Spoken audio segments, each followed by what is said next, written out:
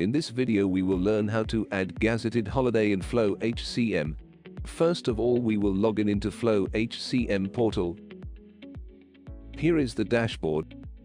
Click on the organization module on top navigation bar. Click on Gazetted Holiday form. Click on Add New Gazetted Holiday button. Enter the holiday title and define the date.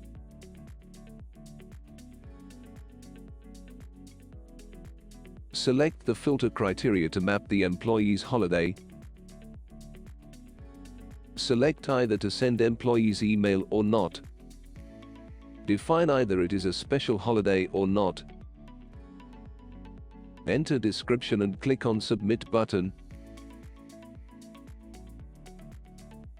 System will show a small pop-up indicating that your request is successfully submitted.